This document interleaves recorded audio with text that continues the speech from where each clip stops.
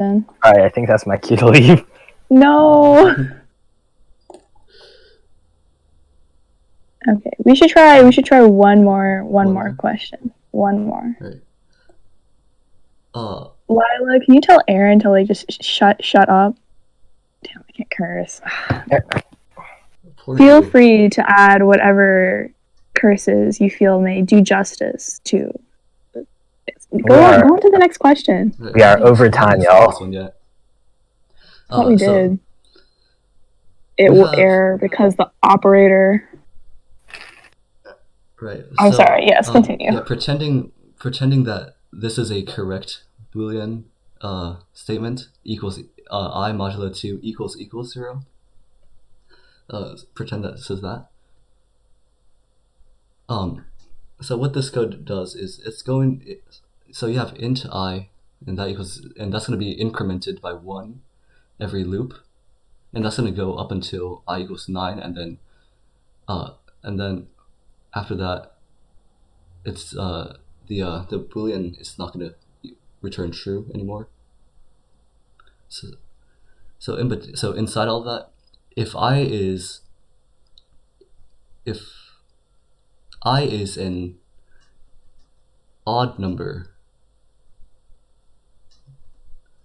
it's not going to like fulfill this if statement. So instead it's going to print out I, hence system.I.println I. And also, Jason, all of these are also typos. Because you didn't put any commas anywhere, and this is println.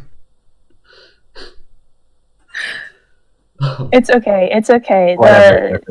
The concept is understood. Right. That's all the time we have today, as chat is saying a lot. So bye, guys. I hope you enjoyed these less than half of the questions we actually had. Thank you for joining today. Yeah. Yep. Thank you. Yeah, thank you. Bye.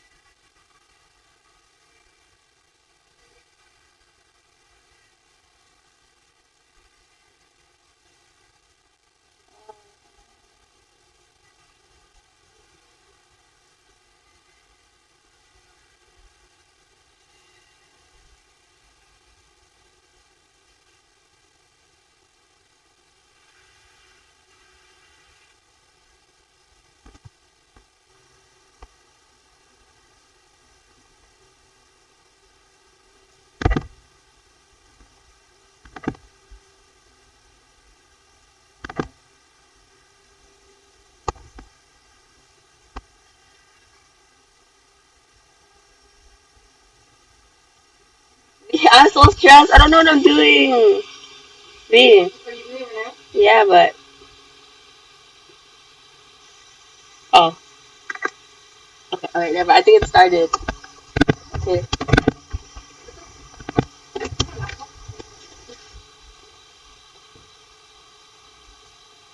Oh, I did slide with it. I can. I can't. I'm live. Oh, yeah. Okay, I'm not sure. Okay,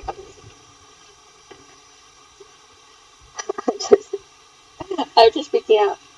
I think it started.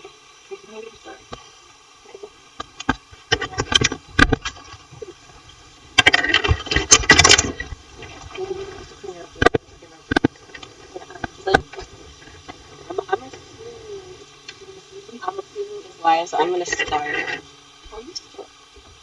Okay. Hi guys. Welcome to. I can't see that. Okay. We'll just increase. So our website is on computer. Yes.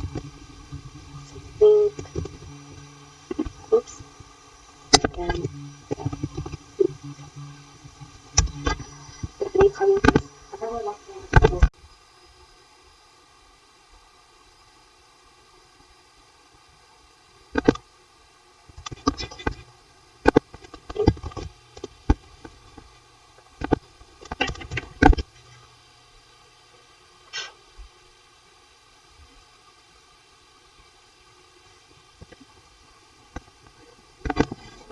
How do I do that?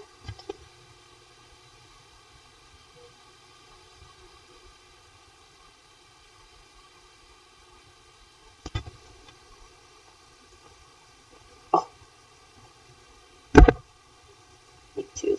I don't know how to do that.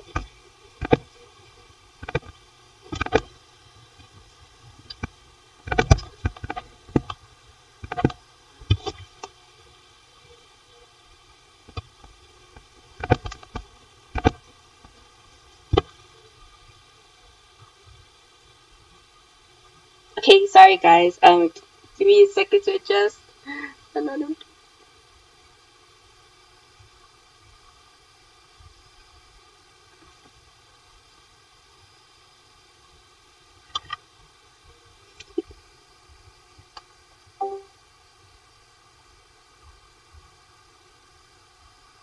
Left.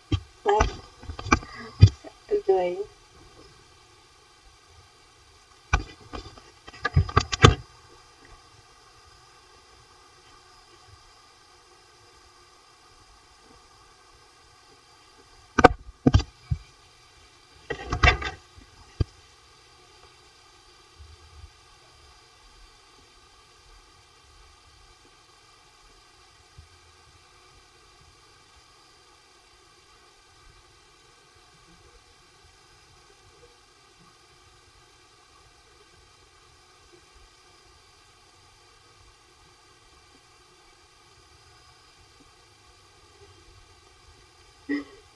Oh my god. Oh my god.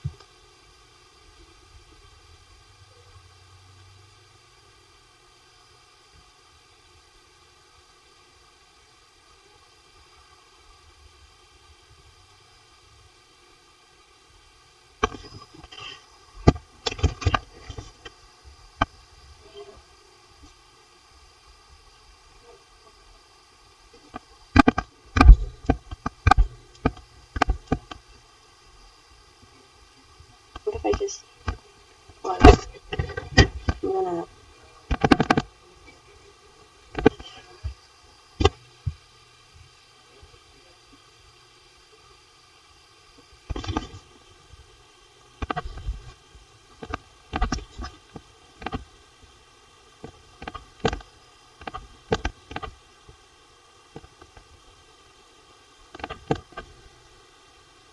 I think it works now.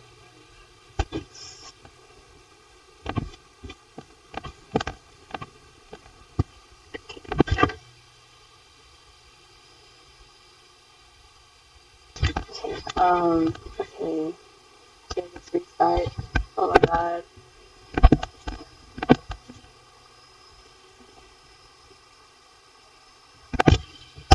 This was it. Okay, I'm just gonna start then. Okay. Lord. Okay. Hi guys, welcome to Study Bubbly's AP Gov final review with Kahoot. My name is Julie and I'll be your host for today. I posted in the chat our website link with our detailed notes for each unit, so go ahead and check that out. And then the Kahoot challenge link should also be in there. So, yeah. I'm just wondering if you guys can hear me.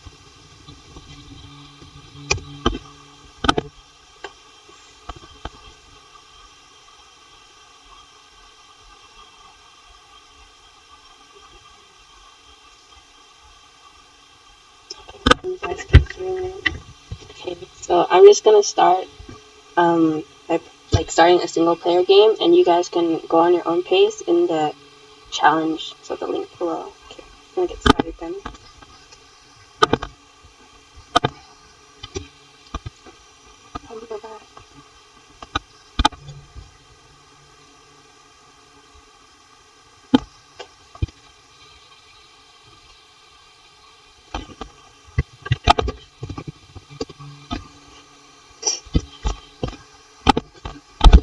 Why won't it let me continue? Oh my god. Okay.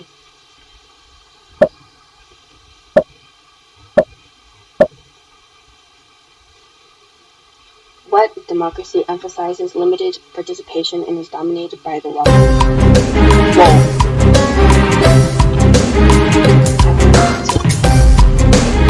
Just like tonight,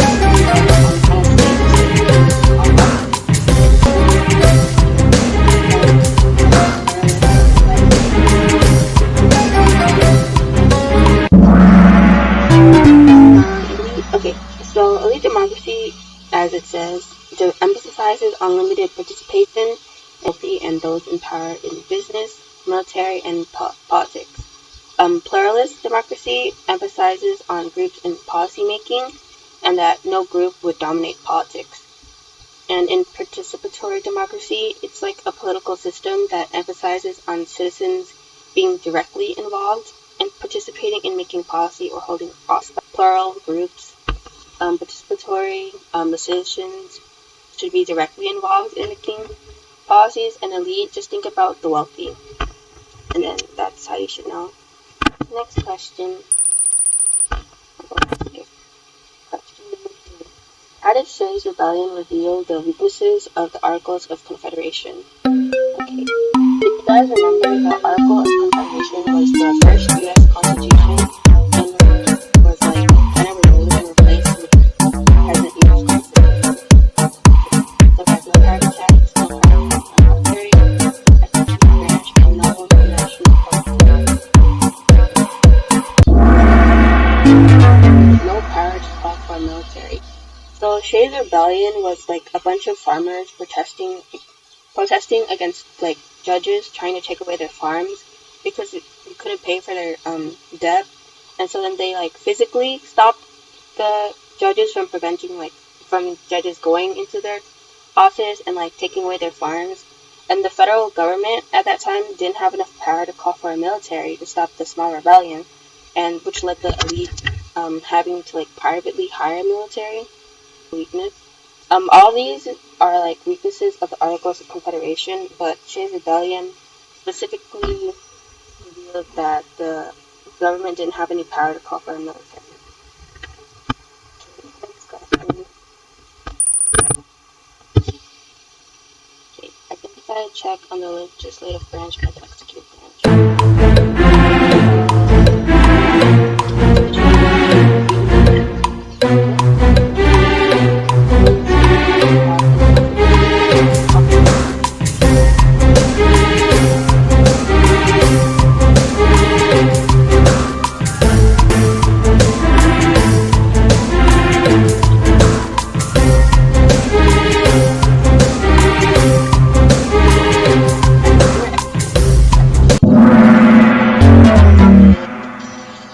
Legislation or calling Congress into special sessions. Okay. So the executive judicial branch, by refusing to execute judicial decisions, and the judicial branch can check the legislative branch by ruling state and federal laws unconstitutional. And that's why this rhombus or diamond and square is something that the executive branch can do to the legislative branch. Okay, next question. What is the power that the House of Representatives has only? Conduct impeachment trials, use a filibuster,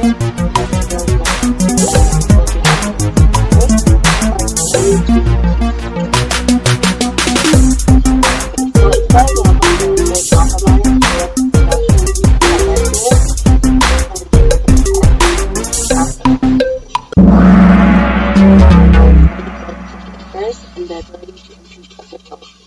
The Senate has the ability to conduct impeachment trials and use a filibuster, and so that's why the other two, the diamond and the square, goes to the House of Representatives.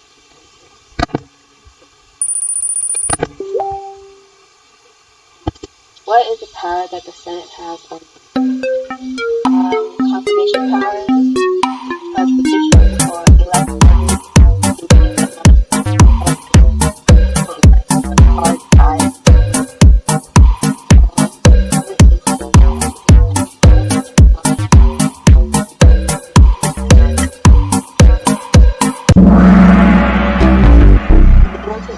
Confirmation powers. So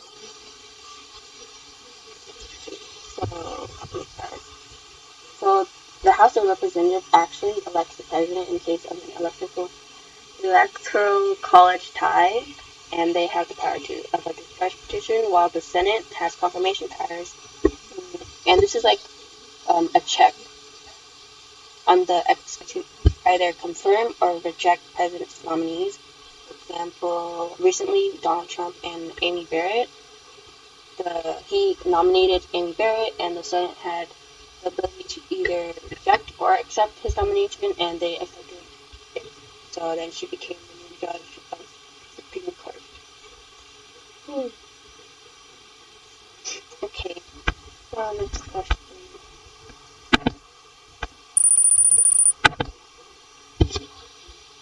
What is the Bill of Rights?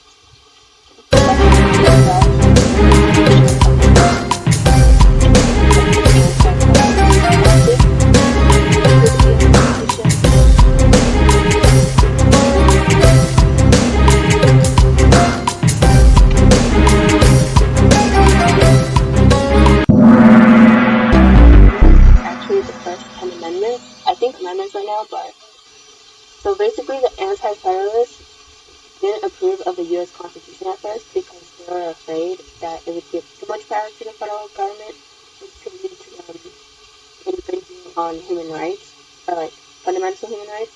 And so then they wanted the Bill of Rights to ensure people's rights, which led to the first 10 amendments and the Bill of Rights.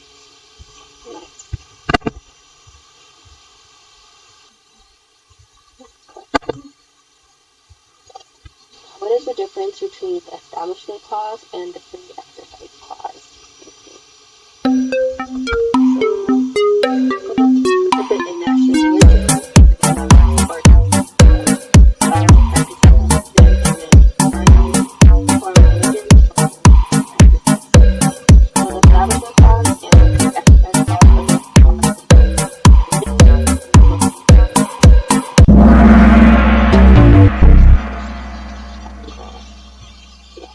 Establishment Clause, you can't establish a national religion, and the Free Exercise Clause allows anyone to exercise any religion that they want.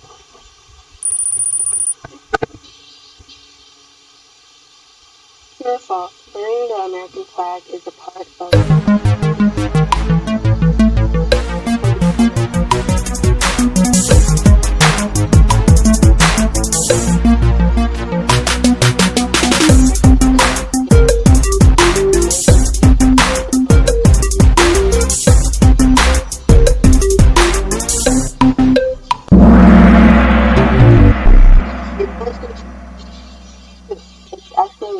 unconstitutional because there's this court case, Texas versus Johnson, and the court agreed that symbolic speech, no matter how offensive it is to some, is protected under the First Amendment, which means burning the American flag is a part of the First Amendment.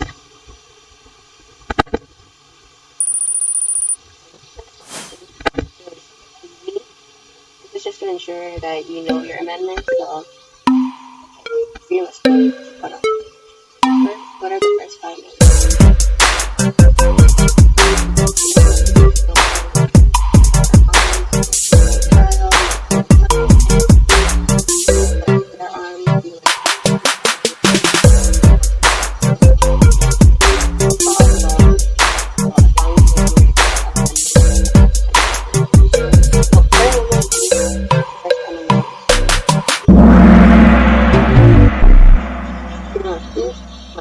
Arms, no quartering of troops, no unreasonable searches, and no self-intimidation. As long as you guys just remember the order, and you'll be fine. Okay. Question. What are the two main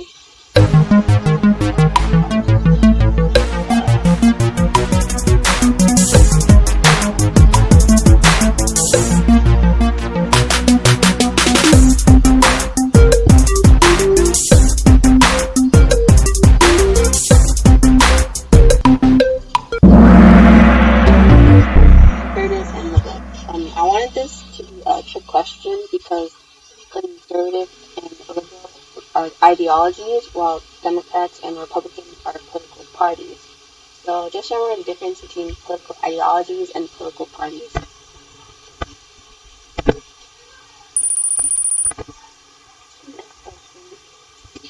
What political model of voting behavior does this represent? A small business owner voting for someone who has a policy of reducing tax. So, a small business owner focus on reducing tax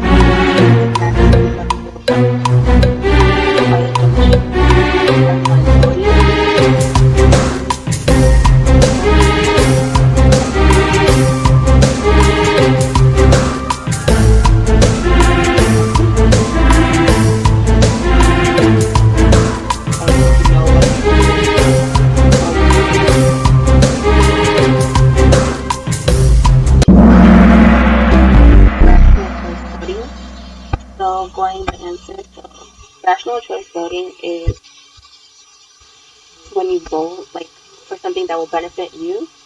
Party line voting is when you support a party by voting for candidates from the same party for all public offices across the ballot. So if you are voting for the first time and you're a part of the Democrat Party, and you would vote everyone who's Democrat. So it doesn't matter what beliefs or like what policies they have, you're going to vote for the same party over and over.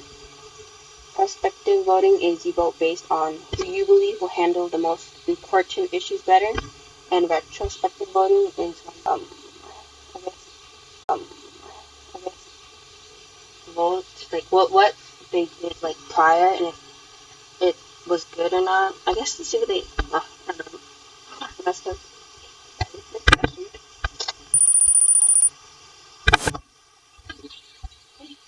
What Federalist paper stated that such a separation of powers and checks and balances were necessary? Okay, so if you guys remember Federalist papers, by Hamilton, Madison, other, it was basically to say that yes, the Constitution our Constitution that, and that would be Federalist number 51.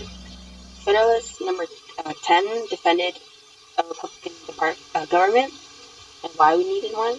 And Federalist number 78 focused on the judicial branch and why they needed life tenure and stuff like that. Okay, next question. What court case limited the power of Congress regarding the Commonwealth?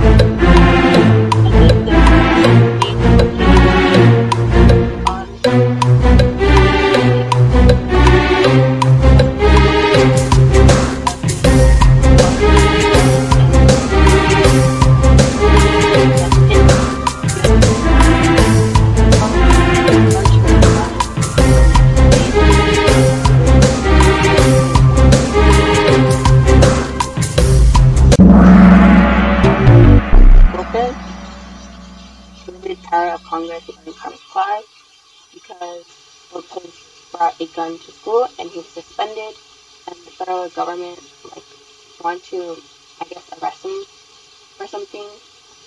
But anyways, the Supreme Court justice ruled in favor of Lopez because the federal government didn't have any power regarding this because it was a school policy. But he brought the gun to school because it was on a school campus. So it was state government's duty, not federal government. So that limited the power of Congress. Okay, next question. What court case prohibited racial gerrymandering?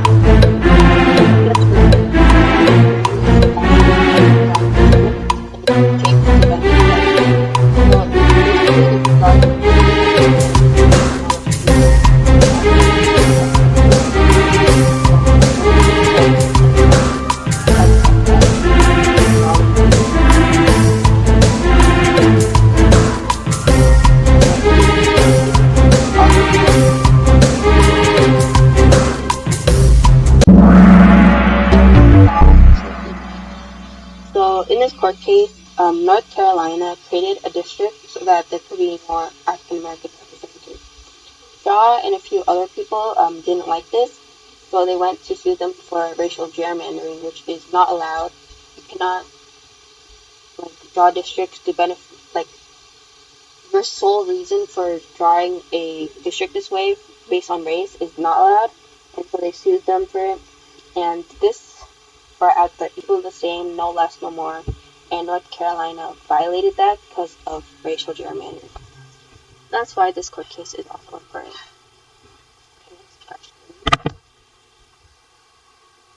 What model of congressional representation does this represent?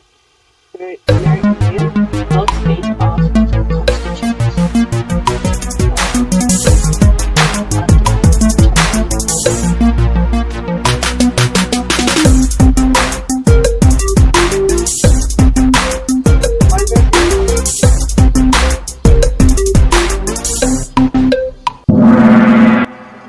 So it would be delegate. So a delegate is someone who votes based off of their constituents' beliefs. Trustee is someone who votes based off of their own beliefs. And a political is a combination of both. They sometimes vote based off of constituents' beliefs, and sometimes votes based on their own beliefs. The next question.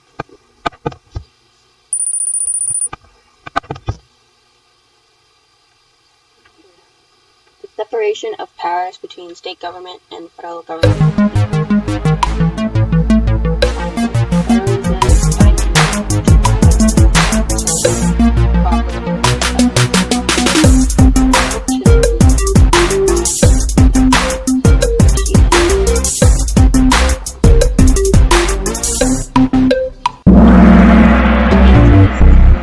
So dual federalism is the federal and state government are supreme in their own sphere and their powers don't overlap. So separate. Cooperative federalism is the federal government and state government share responsibilities, costs, and administration of policies. But federalism established a separation of power between the state and federal government.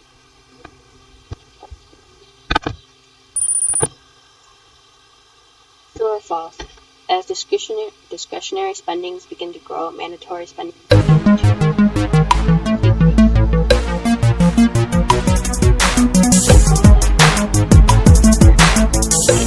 So mandatory spending is too many spending tax and uncertainty.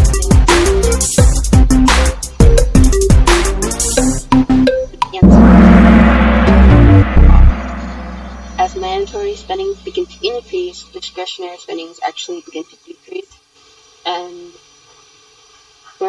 there is a way to fix this, but it's which people don't really like, so spending is eventually going to keep increasing and eventually leading the government into more debt.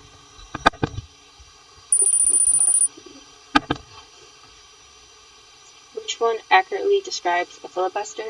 So, a filibuster is something only the Senate can do.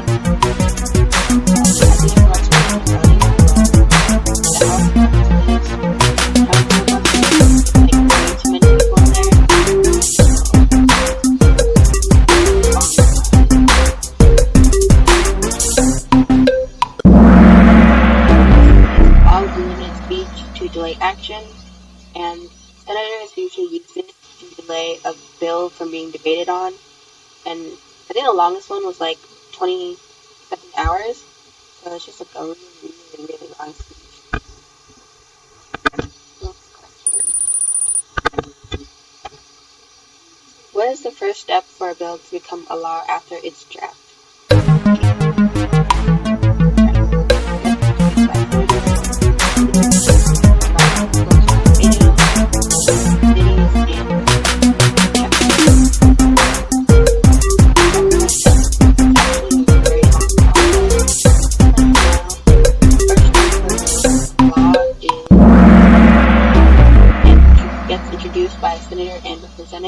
And once it's introduced, the Senate and the House of Representatives starts like sending it to different committees to be drafted on.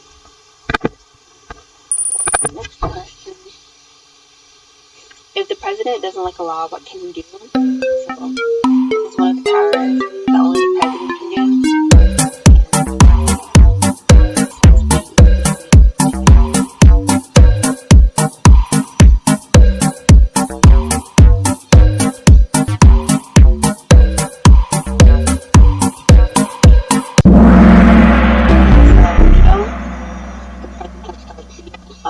overturn with 2/3 vote is actually the power, like the legislative branch does. So that's why it's not one of the questions. Yeah, ask voters to review is not a power, and call a meeting with the Senate is also not a power related to like a law that something that yeah, never mind. But like, so call a meeting with the Senate is not possible if the president doesn't like a law. If Biden becomes president and the Senate majority is Republican, what does this become? Organization, body government, ballot, or I can't pronounce all the words. Or Greek law.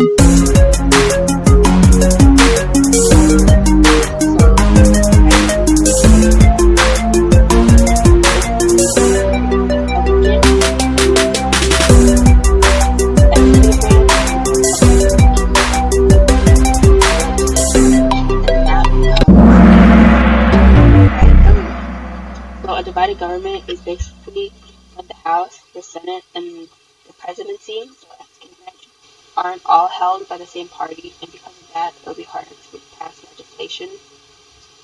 So I think in 2021, the House will be majority Democrat, the executive branch will be Democrat, and the Senate will be Republican, and then the Senate will try to prevent Biden from passing laws, just because it won't benefit them, or it won't align with their beliefs.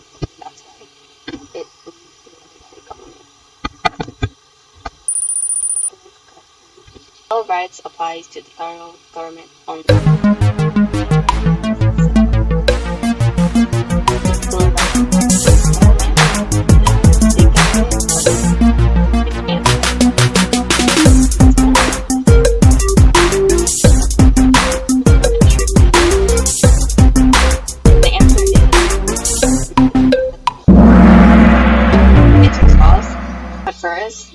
The Bill of Rights only applied to the federal government, but due to selective incorporation, it began applying to the state government as well. Selective incorporation is like a constitutional doctrine that says the state government does not have the power to create laws that infringe on the constitutional rights of citizens, and selective meant that as more court cases began piling up, the Bill of Rights naturally began applying to the state government as well. So, yeah, it applies to the federal and state government. Okay, next question.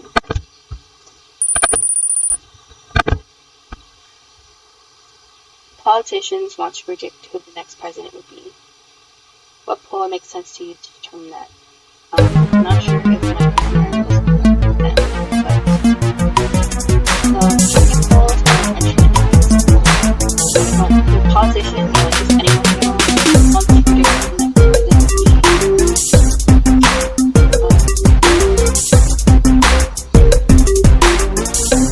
So then the answer is entrance and exit polls. So entrance and exit polls is a continuous poll used to chart. Oh no, I got that right. Okay. So a tracking poll is basically this continuous poll that charts a candidate's daily rise or drop in support. Poll to see like if the president or like if the politician will still get a lot of support or not. But entrance and exit poll is conducted as voters arrive and leave polling places on election days, and it's used to predict election outcomes, gain insight into voter behavior, and to analyze how various demographic groups voted. So, only people who voted can participate in entrance and exit polls. Yeah, so if someone wanted to predict who the next president would be, they would use an entrance and exit poll.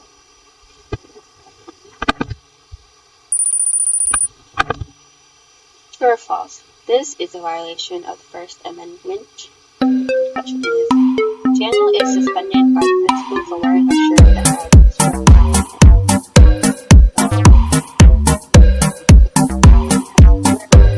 has distracts students from learning.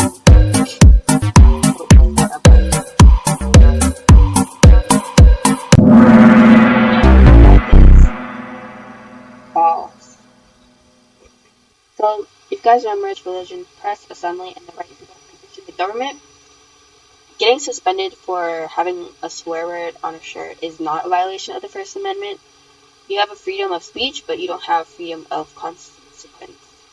So if it violates school policy, or if the clothing you wear distracts other students from learning, then the principal has every right to suspend you for it. So that's why it's not a violation of the First Amendment.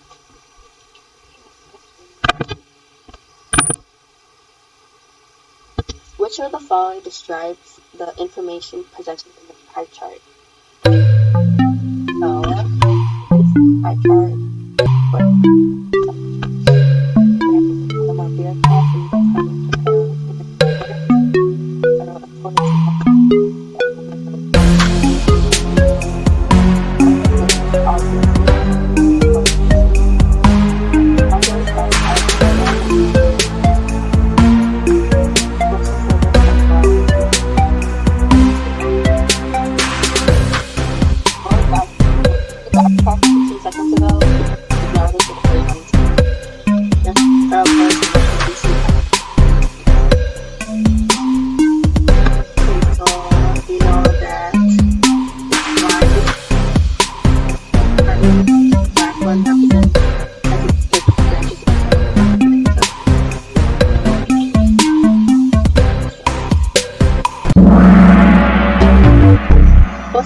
has the largest number of employees within the bureaucracy. So the reason why none of these, or the square is the answer, because, so I'm going to start off with branches employ more bureaucrats in the Department of Veteran Affairs. Okay, well, this thing is blocking the answers.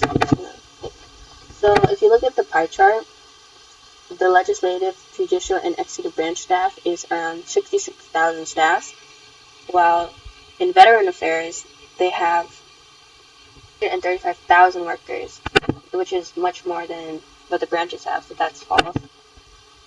Federal employees, okay, so this one, they didn't give information in the pie chart, so that's not a part of it. Congress has allocated more money to Homeland Security than Defense. This pie chart does not relate to money at all, so this one was also false. And Postal Service has the largest amount of employees within bureaucracy, which is true because there's 758,000 employees, which is more than everyone else. That's why the answer is square. Sorry, I'll keep sniffing. Okay, select the correct answer. Okay. Members of the House of Representatives Committee on Veterans Affairs are concerned about the qualities of hospital services run by the Department of Veterans Affairs. Which of the following actions will occur in the Secretary of the Department holding hearing and some high-level officials funding for veteran hospitals until problems are resolved?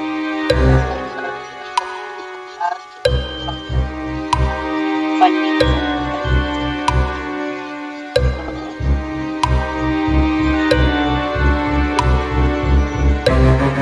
What I think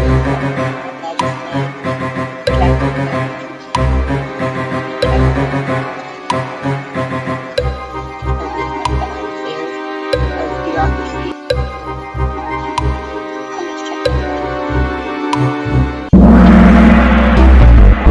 And some entitled officials in the department to testify.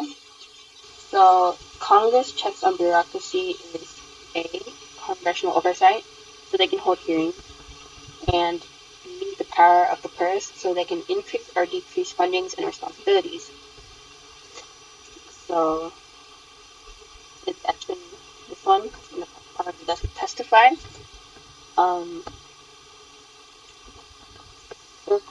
It's not circle because although they do have the power of the purse, they can't really seize fundings. Like, they can't stop fundings. They can only increase or decrease it.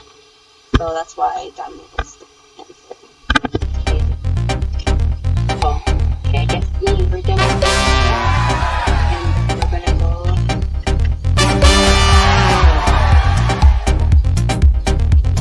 Let's next update.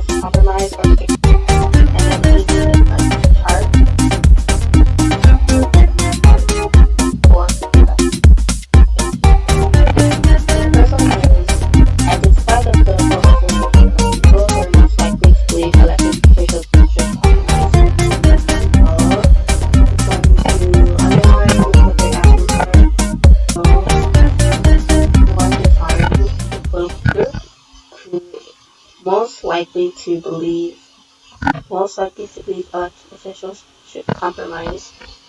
So looking at this, so the black one is compromise, and then the light gray one is stick to principles. So for Republicans, 45% believe they should compromise. For Independents, 57% believe they should compromise, and for Democrats, 66% believe they should compromise. So, in conclusion, we can say that the political affiliation people who most likely believe elected officials should compromise would be Democrats, because it's the highest one, 66%. I think I said. So, sorry. So this one, I'm not gonna make it that. I'm just gonna show you guys what I would write to at least get employed. So I would write the Democrat Party is most likely to believe elected officials should compromise. So that's the first part. Identify the political affiliation people. We already got that part down. And now you're going to explain got the answer, or how you got the answer by using this part.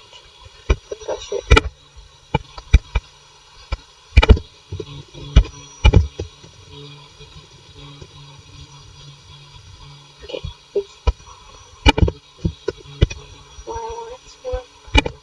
Okay. The Democrat Party is most likely to believe elected officials should compromise. Given the graph, given the bar graph, we know that 45 Republicans believe that.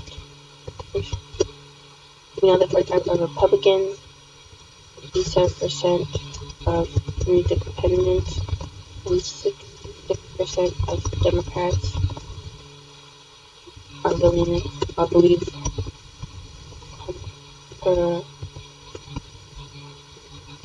wait, I don't think that's a word. That's not a word. Compromise. Okay. So the Democratic Party is most likely to believe elected officials should compromise. Given the bar graph, we know that 45% of Republicans, 57% of Independents, and 66% of Democrats believe in compromise. So, in conclusion, that is why the Democratic Party is most likely to believe, because it's the highest one. Yes, just for now, I'm not going to give an official answer, but yeah. Okay. Moving on. Describe the difference between Democrats and Republicans on their attitudes of whether government officials should stick to the principles based on the data in the bar graph. Okay, so now we're going to describe the difference between these two, whether should stick to the principles. Okay.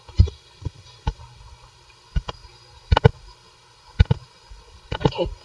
So, looking at the gray one, Democrats, 34% believe they should stick to principles, and then for Republicans, 55% believe they should stick to principles. What's the difference? Well, we know the difference is that less than 50% of the Democrats believe that they should stick to principles, and more than 50% of Republicans believe they should stick to principles. So that's the difference, is that more Republicans are willing to stick to the principles, while less of the Democrats believe they should. I would write something along the lines of more than half of Republicans believe elected officials should stick to their principles, while less than half of Democrats believe should stick to their principles. So the difference that Republicans are more willing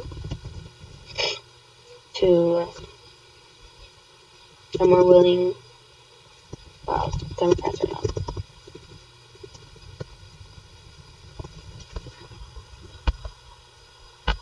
and then you could use the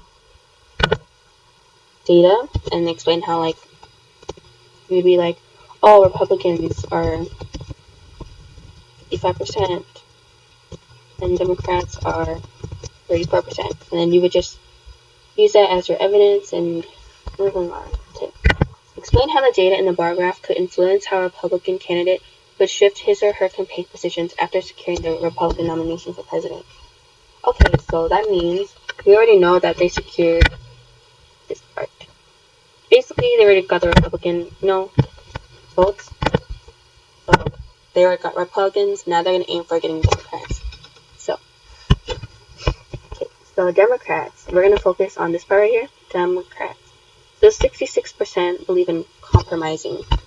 So by using that, like, data they gave us, we can assume that the Republican candidate might have more, like,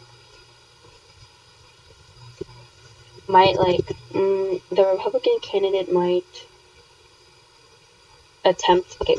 persuade, I think I spelled persuade wrong, might persuade the Democrat Party by, I knew I spelled it wrong, I can't spell it, oh my god, okay. So the Republican candidate might, like, might believe in more compromising, so he'll be like, oh my god, yeah, I'm willing to, like, not stick to my principles, and I believe that if we compromise, we can get things together. So he'll just, like, change his stance to fall under Democrats. So, yeah. By leaning towards Democrat beliefs of compromising according to the data. Since he already secured Republicans, just using that. Okay. So explain how the data in the bar graph could affect policy-making interactions between the president and the Congress. Okay. I think this was a question earlier too, but so we know that 45% of Republicans are willing to compromise, while 55% are not willing to compromise. Okay. Policy-making interactions. So if you guys remember earlier, I mentioned divided government. And that's basically what, for example, would be executive branch. We have a Democrat in the House of Representatives. We have Democrat. And then in the Senate, we have Republican.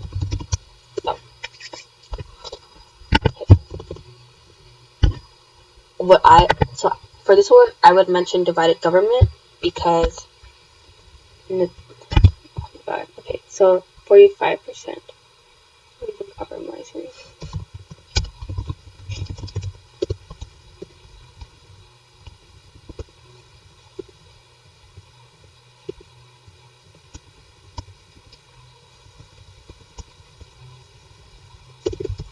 Okay, so you guys remember in the Senate, they need a majority to pass policies and laws, so this could be a issue for the executive branch.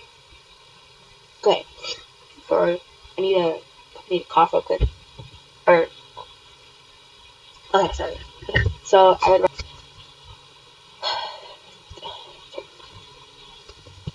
using the data in the bar graph, this could be an issue between the president and Congress because it could lead to a divided government. Since 45% okay. An example would be if the president was a Democrat. Oh my god. Democrat, and the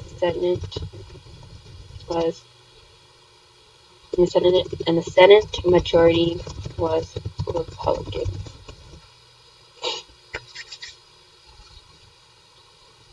Since since a majority of the Senate, since a majority, using, if we were to follow the data provided, then 55% of Republicans would stick to their principles instead of compromising. That would be an issue because they wouldn't want to pass policies, something along the lines of that, just federal government, less than the majority believes in compromisation, and you couldn't pass policies correctly and stuff like that. Okay, now we're gonna look at what I wrote for my teacher. Okay, so according to the data, Democrats are most likely to believe elected officials should compromise. Okay, so the first part of the question, Democrats are most likely to do that. And then I mentioned in the graph presented, 66 are Democrats, 50% and independents, and 45% Republicans believe that government officials should compromise. So I used the data provided, and then I tied it back in the beginning. So in conclusion, Democrats are the most likely to believe in compromising between government officials since they have the highest percentage in compromising. So answer the question, use evidence or analyze it, and then tie it back in at the beginning, and that should be an answer. Okay. Next question was about the sticking to principles and explain the difference between Republicans and Democrats. So I wrote the answer in the bar graph. 55% of Republicans and 34% of Democrats think government officials should stick to their principles. So again, answer the question and then explain it. While over half of the Republicans think that way, only about 1/3 of the Democrat Party think officials should stick to their principles. Okay, so then I explained what this meant, and I tied it back in again. So the difference between the attitude is that more Democrats think officials should stick to compromising rather than their principles, while the Republican Party thinks the opposite. Okay. Yeah. So same thing as the first question. Answer, explain, and then tie it back in. Next question is what the Republican candidate would do. Since the Republican candidate already won the Republican nomination for president, and by using this data, he would start appealing to the Democrat Party for their votes. Okay. To answer this question, he would want to start changing his policies and views to the Democrat Party. Then you're going to explain it by using the data provided. Since 66% of the Democrats are willing to compromise, he would start shifting his campaign to increase them by promising compromisation instead of sticking to his principles. So, compromisation is not a word, so something else. But yeah, you explain the answer, tie back in. Actually, I think I forgot to tie back in, but I ended it by saying we already passed the Republican vote, so the only thing left is to influence the Democrat Party. Yeah, I guess that ties it back in, but that's what I wrote. Next question is the divided government thing. Okay, so if this was a divided government with one party as the president and the other Congress, then with this data, it could lead to gridlock. So gridlock is basically like people trying to pass legislation, but it takes a really, really, really long time to do that because issues going between the branches. So yeah. For example, if the president was a Democrat and Congress was Republican, then it'd be hard to come to consensus sticking to the principles.